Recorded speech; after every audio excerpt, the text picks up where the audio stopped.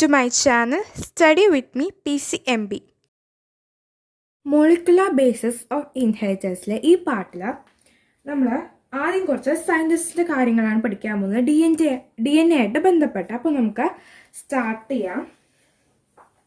ഇത് D N A എന്ന് പറയുന്ന ടോപ്പിക്കിൻ്റെ അണ്ടറിൽ തന്നെ വരുന്ന ടോപ്പിക്കാണ്, അതായത് 6.1. അപ്പോൾ നമുക്ക് നോക്കാം. ആദ്യം സയൻറ്റിസ്റ്റാണിത്, ഫ്രെഡറിക് മീഷർ അല്ലെങ്കിൽ സിംപ്ലി മീഷർ. ഈ ഫ്രെഡറിക് മീഷർ 1869 ന്യൂക്ലിയസിനകത്തുള്ള ഒരു അസിഡിക് സബ്സ്റ്റൻസ് കണ്ടുപിടിച്ചു. ന്യൂക്ലിയസിന്റെ അകത്തുള്ള ഒരു അസിഡിക് സബ്സ്റ്റൻസ് കണ്ടുപിടിച്ചു.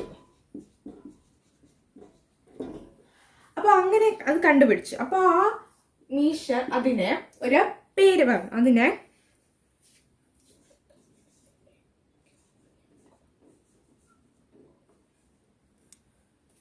ന്യൂക്ലിയൻ എന്ന് വിളിച്ചു. ന്യൂക്ലിയസിനകത്താണ് ഇത് കണ്ടുപിടിച്ചത്, അതുകൊണ്ട് അതിനെ ന്യൂക്ലിയൻ എന്ന് വിളിച്ചു. എന്തായിരുന്നു ആസിഡിക് സബ്സ്റ്റൻസ്? അത് നമ്മുടെ ഡി എൻ എ തന്നെയായിരുന്നു. ഈ മീഷറാണ് ഡി എൻ എ ആദ്യമായിട്ട് ഐഡന്റിഫൈ ചെയ്തത്, ന്യൂക്ലിയസിന് അകത്ത് ഉള്ള ഒരു അസിഡിക് സബ്സ്റ്റൻസ്. അപ്പോൾ ആ സമയം നിങ്ങൾക്ക് ഡേറ്റ് 1869 വർഷം. അപ്പോൾ അത്രയും പഴയതാണ്. അപ്പോൾ ആ സമയത്ത് ഇത്രയും നിങ്ങൾക്കറിയാം, ഈ നിങ്ങൾ ഫാക്ട്സിലൊക്കെ നോക്കിക്കാണും ഡി എൻ എക്ക് എത്ര ലെന്താണ്. ഒരു ഹ്യൂമൻ ബീങ്ങിന്റെ ഡി എൻ എ നിങ്ങൾ എടുത്ത് നോക്കുകയാണെങ്കിൽ അത് എത്ര വരെ പോകും. അപ്പോൾ ഡി എൻ എ ഭയങ്കര വലുതാണ്. അത്രയും വലിയൊരു ലോങ് പോളിമറിനെ ഐഡന്റിഫൈ ചെയ്യാൻ, അതിനെക്കുറിച്ച് പഠിക്കാനായിട്ടുള്ള മൈക്രോസ്കോപ്പോ അല്ലെങ്കിൽ മൈക്രോസ്കോപ്പിക് സ്റ്റഡീസൊന്നും ആ കാലഘട്ടത്തിൽ, അതായത് 1869 ഉണ്ടായിരുന്നില്ല. അപ്പോൾ അത് ഒത്തിരി വർഷത്തേക്ക് അതവിടെ വെറുതെ ഹിഡനായി കിടന്നു. അത് കഴിഞ്ഞ് ഞാൻ മറ്റു രണ്ടുപേരുടെ കാര്യം പറയാം. അതെന്തിനാണ് ഇപ്പൊ പറയുന്നത് നിങ്ങൾക്ക് കുറച്ച് കഴിഞ്ഞാൽ മനസ്സിലാവുള്ളൂ.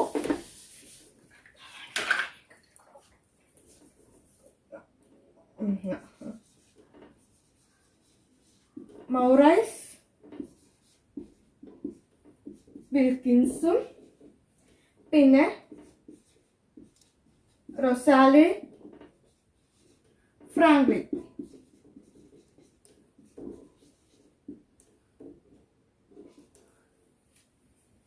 ഇതാണ് ആ രണ്ട് സയന്റിസ്റ്റ്. ഇവരെന്താണ് ചെയ്തതെന്ന് വെച്ചാൽ ഇവര് എക്സ്റേ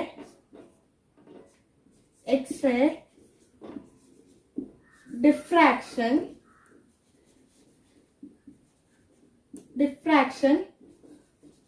ഡേറ്റ, ഇവരാണ് എക്സ്റേ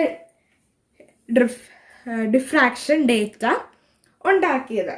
അവരാണത് പ്രപ്പോസ് ചെയ്തത്, മൗറിൻ വിൽസണും റൊസാൽഡ് ഫ്രാങ്ക്ലിനും. ഇത് നിങ്ങൾ ഓർത്ത് വെച്ചേക്കാം. അത് കഴിഞ്ഞിട്ട് നമുക്ക് മറ്റൊരാളുടെ കാര്യം പറയാനുണ്ട്. മറ്റു രണ്ടുപേരുടെ കാര്യം പറയാനുണ്ട്. അവരാണ്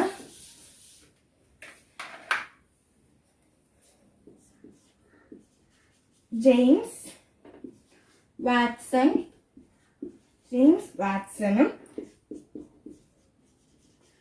ഫ്രാൻസിസ് ക്രിക്ക്. ഈ രണ്ട് സയന്റിസ്റ്റിനെ കുറിച്ചാണ് ഇപ്പൊ ഞാൻ പറയാൻ പോകുന്നത്. ഇവരെന്താ ചെയ്തതെന്ന് വെച്ചാൽ ഇവര് 1953 കുറെ വർഷം കഴിഞ്ഞ്, അതായത് 1869 1953 ആയി. ആ സമയത്ത് ഇവര് ഡി എൻ എ കുറിച്ച് പഠിച്ചു. എന്നിട്ട് ഒരു വളരെ സിമ്പിളാണ്, പക്ഷേ എങ്കിലും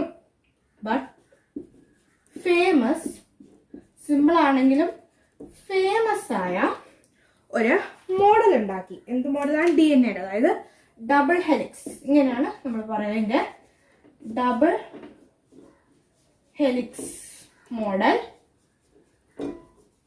model of D N A.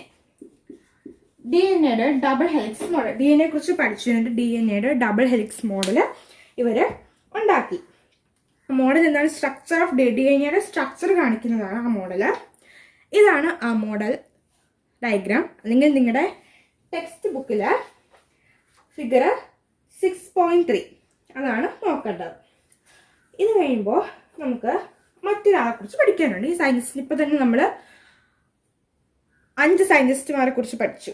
നീഷർ, പിന്നെ വിൽക്കിൻസ്, റൊസാൽഡിൻ, ഫ്രാങ്ക്ലിൻസ്, ജെയിംസ് വാട്സൺ, പിന്നെ ഫ്രാൻസിസ് ക്രിക്ക്.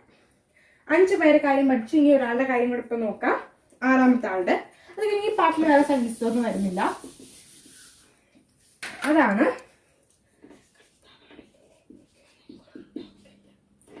എർവിൻ ചർഗഫ്. ഈ സയന്റിസ്റ്റ് ആണെങ്കിൽ ഒരു ബേസ് പെയറിങ്ങിനെ കുറിച്ച് ഒരു റൂള് പ്രപ്പോസ് ചെയ്തു. ബേസ് പെയറിങ്ങിനെ കുറിച്ച് റൂള് പ്രപ്പോസ് ചെയ്തു. ഈ വീഡിയോ നിങ്ങൾ അവസാനം വരെ കാണണം. ഇത് വളരെ ഇമ്പോർട്ടൻ്റ് ആണ്. ഈ ഒരു കോൺസെപ്റ്റ് ബോർഡ് എക്സാമിന് അതുപോലെ തന്നെ നീറ്റിനും ഇമ്പോർട്ടൻ്റ് ആണ്. അപ്പോൾ അവസാനം വരെ കാണണം. ആ ബേസ് പെയറിനെ കുറിച്ച് റൂള് പ്രപ്പോസ് ചെയ്യുന്നതാണ് ഞാൻ പറഞ്ഞത്. അതിന് മുമ്പ് മറ്റൊരു കാര്യം കൂടെ പറഞ്ഞു തരാം. ഈ ജെയിംസ് വാട്സനും ഫ്രാൻസിസ് ക്രിക്കാണ് ഈ ഡബിൾ ഹെലിക്സ് മോഡൽ ഉണ്ടാക്കിയെന്ന് പറയാം. ആ ഡബിൾ ഹെലിക്സ് മോഡലിന്റെ ഒരു ഹോൾ മാർക്ക് എന്ന് പറയുന്നത് തന്നെയാണ് ബേസ് പെയർ. ആ ഡബിൾ ഹെലിക്സ് മോഡലിന്റെ ഒരു ബേസ് മാർക്ക് തന്നെയാണ് ഈ ബേസ് പെയർ ബിറ്റ്വീൻ 2 സ്ട്രാൻഡ്സ്. നിങ്ങൾക്ക് DNA ഫിഗർ അറിയാം. ഇങ്ങനെ DNA ഇരിക്കുകയാണ്. ഇങ്ങനെയാണ് DNA ഇരിക്കുന്നത്. അപ്പോൾ അത് ഡബിൾ ആണ്. 2 ലൈൻസ് അവിടെ വരുന്നുണ്ട്. ഇങ്ങനെയായിരിക്കും DNA പോകുന്നത്.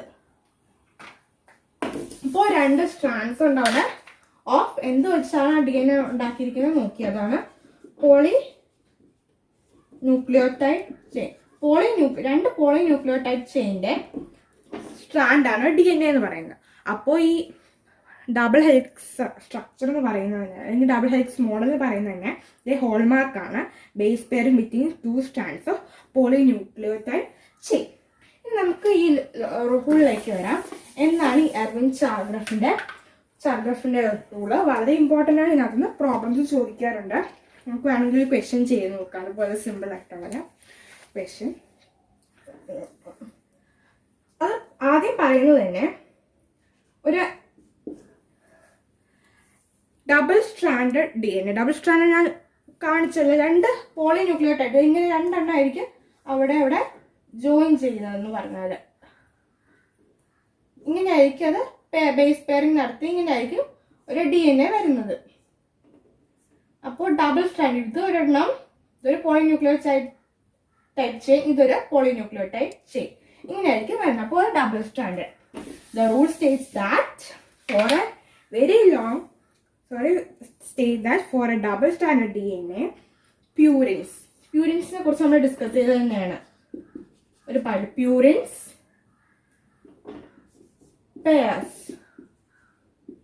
pairs ആണ്. pairs with pyrimidines ആയിട്ട് പെയർ ചെയ്യുന്നുണ്ട്. അതാണ് നമ്മൾ പ്യൂരിൻസിന് 2 അതായത് 2 ആയിട്ട് തിരിക്കുന്നുണ്ട്, പിരമിഡ്സിന് 3 ആയിട്ട് തിരിക്കുന്നുണ്ടെന്നൊക്കെ ഡിസ്കസ് ചെയ്തത്. DNA കേസ് ആയതുകൊണ്ട് ഇവിടെ യുറാസിൽ വരുന്നില്ല. ഇത് DNA ആണ്, RNA അല്ല. പ്യൂരിൻസിന്റെ നമുക്കിത് നോക്കുകയാണെങ്കിൽ ഇവിടെ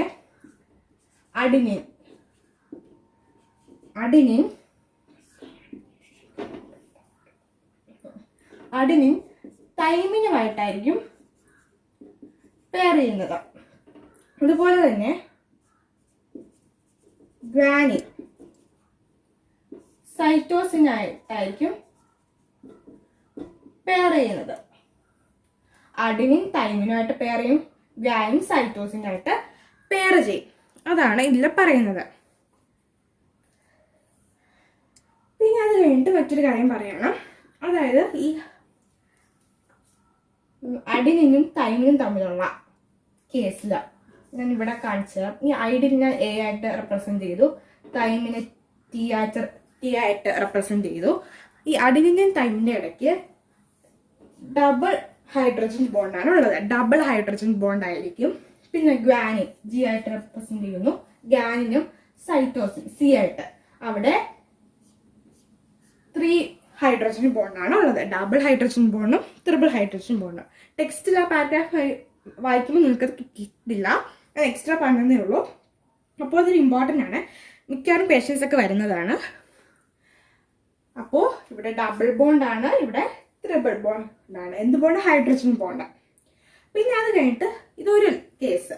മറ്റൊരു കാര്യം കൂടെ പറയുന്നുണ്ട്.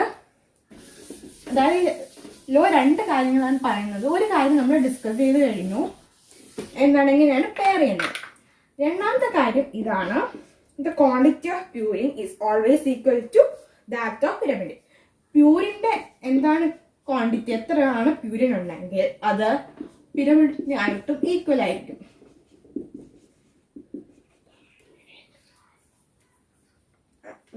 അപ്പൊ അതുപോലെ തന്നെ ഈ പ്യൂരിൻ പിരമിഡ് ഇപ്പം സപ്പോസ് നിങ്ങൾ കൺസിഡർ ചെയ്യാം, ഇവിടെ ഇപ്പോൾ 20, ചുമ്മാ ഒരു എക്സാമ്പിൾ പെട്ടെന്ന് ചെയ്യാൻ, ഗ്രാമിലൊന്നും വരില്ല, ഞാനൊന്ന് പറയുന്നുള്ളൂ. ഇപ്പൊ 20 ഗ്രാം പ്യൂരിൻ ഉണ്ടെന്ന് വിചാരിക്കാം. അപ്പോൾ അവിടുത്തെ പിരമിഡിൽ അല്ലെങ്കിൽ പിരമിഡിൽ ഇപ്പോൾ 19.9 ഗ്രാംസ് ആയിരിക്കും, അങ്ങനെയായിരിക്കും വരുന്നത്. ക്വാണ്ടിറ്റി ഓൾമോസ്റ്റ് ഈക്വൽ ആയിരിക്കും, അതാണ് പറയുന്നത്, ഈക്വൽ ആയിരിക്കും. പിന്നെ ഈ സെക്കൻഡ് നോട്ടിനകത്ത് തന്നെ മറ്റൊരു കാര്യം കൂടെ പറയുന്നുണ്ട്, അതാണ് the ratio between adenine and thymine. ഞാൻ എയും ടി ആയിട്ടാണ് റെപ്രസെന്റ് ചെയ്യുന്നത്, adenine and thymine. പിന്നെ guanine and cytosine are always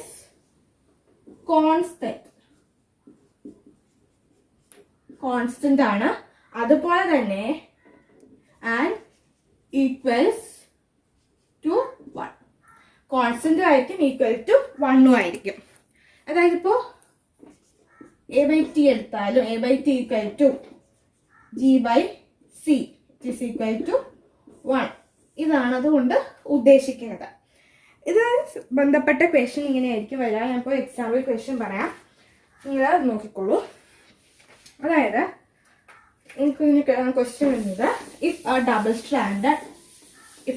stranded DNA has 30% of adenine, calculate the percentage of cytosine in the DNA. ഒരു ഡബിൾ സ്റ്റാൻഡേർഡ് DNA 30% അഡിനിൻ ഉണ്ട്. അപ്പോൾ അതിലുള്ള സൈറ്റോസിന്റെ percentage കണ്ടുപിടിക്കുന്നതാണ് question തന്നിരിക്കുന്നത്. സൈറ്റോസിൻ. അപ്പോൾ എങ്ങനെ നമുക്ക് ചെയ്യാൻ പറ്റും? നിങ്ങൾ നേരത്തെ പഠിച്ച സെക്കൻഡ് ലോ പറയുന്നത് തന്നെയാണ്. ഇപ്പോൾ അഡിനിൻ എന്തുമായിട്ടാണ് പെയർ ചെയ്യുന്നത്? അഡിനിൻ തൈമിനുമായിട്ടാണ് പെയർ ചെയ്യുന്നത്. അപ്പോൾ അഡിനിന്റെ ക്വാണ്ടിറ്റിയും തൈമിന്റെ ക്വാണ്ടിറ്റിയും ഈക്വൽ ആയി. അതായത് പ്യൂരിനുള്ള സബ്സ്റ്റൻസിന്റെയും പിരമിഡിൻസ് ഉള്ള സബ്സ്റ്റൻസിന്റെയും ക്വാണ്ടിറ്റി ഈക്വൽ ആണെന്നാണ് പറയുന്നത്. അപ്പോൾ ഇവിടെ 30% ആണെങ്കിൽ ഓട്ടോമാറ്റിക്കലി ഇവിടെ 30% ആയിരിക്കും. അപ്പോൾ ടോട്ടൽ എത്രയാണ്? ടോട്ടൽ 60% ഇവിടെ പോകും. ഇത് പെർസെൻറ്റേജ് കണക്കായതുകൊണ്ട് എപ്പോഴും ടോട്ടൽ 100-ലായിരിക്കും വരുന്നത്. പെർസെൻറ്റേജ് ആണ്. അപ്പോൾ 100-ല് 60, 100% എന്ന് പറയുമ്പോൾ 100 ആണല്ലോ വരുന്നത്. അപ്പോൾ 100-ല് 60% ഇവിടെ അഡിനിൻ തൈമിൻ ബോണ്ടിൽ പോയി. അപ്പോൾ ബാക്കി എത്രയാണ്? 40% ആണ് നമുക്ക് ബാക്കി ലെഫ്റ്റ് ആയിട്ട് കിടക്കുന്നത്. ലെഫ്റ്റ് ആയിട്ട് നമുക്ക് കിട്ടുന്നത് 40%.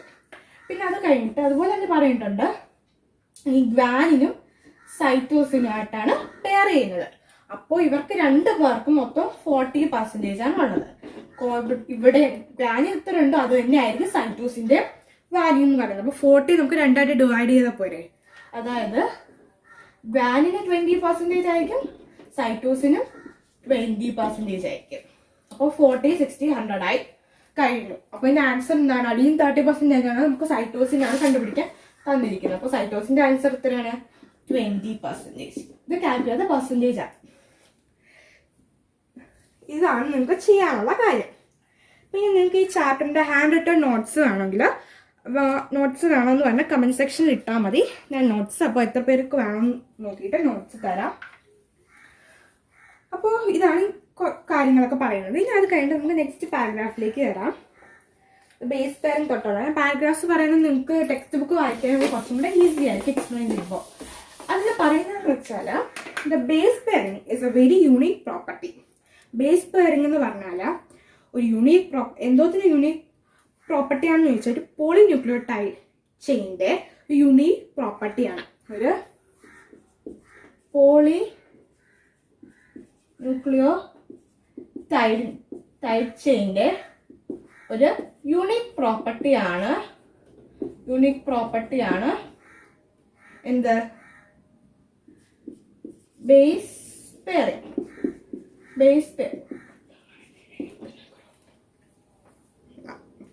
പിന്നെ അതുപോലെ തന്നെയാണ് അത് കോംപ്ലിമെന്ററി ആണ്. ബേസ് പെയറിംഗ് പറയുന്നത് കോംപ്ലിമെന്ററി ആണ്.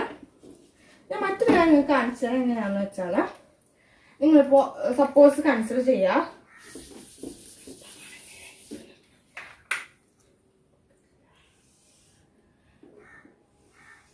ഇങ്ങനെ കൺസിഡർ ചെയ്യാം. അത് ഡബിൾ സ്റ്റാൻഡേർഡ് DNA നമ്മൾ സ്ട്രെയിറ്റ് ആക്കി വെച്ചിരിക്കുകയാണ്. ഇവിടെ ബേസ് പെയറിംഗ് ആണുള്ളത്. ഇവിടെ നടന്നുകൊണ്ടിരിക്കുന്നത്. ബേസ് പെയറിംഗ് നടക്കാണ്. ഇവിടെ adenine A, adenine, guanine, cytosine, thymine ഇങ്ങനെ പൊക്കോണ്ടിരിക്കുകയാണ് നിങ്ങൾ വിചാരിച്ചോളൂ. അഡിനിൻ, ഗ്വാനിൻ, സൈറ്റോസിൻ അങ്ങനെ ഇതങ്ങനെ മാറി പൊക്കോണ്ടിരിക്കുകയാണ്.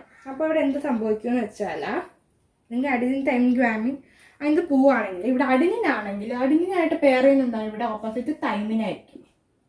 ഗ്വാനുമായിട്ട് എന്താണ് പെയർ ചെയ്യുന്നത്? സൈറ്റോസിൻ ആയിരിക്കും. ഇവിടെ ഇതൊരു എക്സാമ്പിളായിട്ട് പറയാനാണ് മനസ്സിലാകാൻ വേണ്ടി. തൈമിനായിട്ട് എന്താണ് പെയർ ചെയ്യുന്നത്? ഗ്വാനിനാണ്. സൈറ്റോസിനായിട്ട് എന്താണ് പെയർ ചെയ്യുന്നത്? ജി ആണ്. സി ആയിട്ട് ജി. ചുമ്മാ ഒരു എക്സാമ്പിൾ എന്ന് വെച്ചാൽ പെട്ടെന്ന് മനസ്സിലാകാൻ വേണ്ടി കാണിച്ചു തന്നതേ ഉള്ളൂ ഇതെങ്ങനെയാ പെയർ ചെയ്യുന്നത്. അപ്പോൾ അതുകൊണ്ട് നമുക്കൊരു കാര്യം പറയാം. ഇപ്പം നമുക്ക് ഈ ഡബിൾ സ്റ്റാൻഡേർഡ് DNAയുടെ ഒരു സ്ട്രാൻഡ് നമുക്കറിയാമെങ്കിൽ, അതായത് ഇപ്പോൾ ഇങ്ങനെയാണല്ലോ ഇരിക്കുന്നത് ഡബിൾ സ്ട്രാൻഡേർഡ്, അതിലെ ഒരു സ്ട്രാൻഡ് എങ്ങനെയാണ് പോകുന്നതിൻ്റെ സീക്വൻസ് എങ്ങനെയാണെന്ന് നമുക്ക് അറിയാമെങ്കിൽ നമുക്ക് മറ്റേ സ്ട്രാൻഡ് കണ്ടുപിടിക്കാൻ പറ്റും. ഒരു സ്ട്രാൻഡിന്റെ സീക്വൻസ് എങ്ങനെയാണ് പോകുന്നതെന്ന് വെച്ചാൽ നമുക്ക് മറ്റേ സ്ട്രാൻഡിന്റെ സീക്വൻസ് ഈസി ആയിട്ട് കണ്ടുപിടിക്കാൻ പറ്റും. അതാണ് ഇതിൽ പറയുന്നത്. അപ്പോൾ നമ്മൾ നേരത്തെ ഡിസ്കസ് ചെയ്തുകൊണ്ടിരുന്ന ഇതിലേക്ക് വരാം. അതായത് കോംപ്ലിമെന്ററി ആണ് എന്ന് പറഞ്ഞു. അതാണ് ഞാൻ കാണിച്ചത്. ഇപ്പോൾ if the sequence of base is one strand is known, then the sequence of other strand can be predicted. ഒരു സ്റ്റാൻഡ് സീക്വൻസ് എങ്ങനെയാണ് നമുക്ക് പ്രെഡിക്റ്റ് ചെയ്യാൻ പറ്റുകയാണെങ്കിൽ ഏത് സീക്വൻസിലാണ് പോകുന്നത്, A, C, G അങ്ങനെ ഏത് രീതിയിലാണ് പോകുന്നത്. അപ്പോൾ അത് അപ്പുറത്തെ സൈഡ് DNAയുടെ കേസാണ്. അപ്പോൾ യുറാസിൽ വരത്തില്ല, അത് ഓർത്ത് വെച്ചേക്കാം. അപ്പോൾ അടുത്തത് നമുക്ക് പ്രെഡിക്റ്റ് ചെയ്ത് എഴുതാൻ പറ്റും. അതാണ് ഇതിൽ പറയുന്നത്. പിന്നെ അത് കഴിഞ്ഞിട്ട് ഇപ്പോൾ ഒരു സ്റ്റാൻഡ് ഒരു ടെംപ്ലേറ്റ് ആയിട്ടാണ് ആക്ട് ചെയ്യുന്നതെന്ന് വെച്ചോളൂ. എല്ലാത്തിലെ ഒരു DNAയുടെ ഒരു സ്ട്രാൻഡ് ടെംപ്ലേറ്റ് ആയിട്ട് ആണ് ആക്ട് ചെയ്യുന്നതെങ്കിൽ അതിനൊരു പുതിയ സ്ട്രാൻഡ് ക്രിയേറ്റ് ചെയ്യാൻ പറ്റും. ഒരു ഡബിൾ ഇപ്പോൾ ഒരു DNAയുടെ ഏതെങ്കിലും ഒരു DNAയുടെ ഒരു സ്ട്രാൻഡ് ടെംപ്ലേറ്റ് ആയിട്ടാണ് ആക്ട് ചെയ്യുന്നത് വിചാരിക്കുക.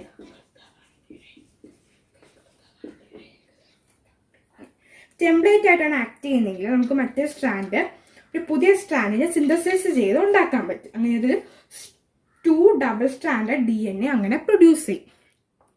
അങ്ങനെ 2 ഡബിൾ സ്റ്റാൻഡേർഡ്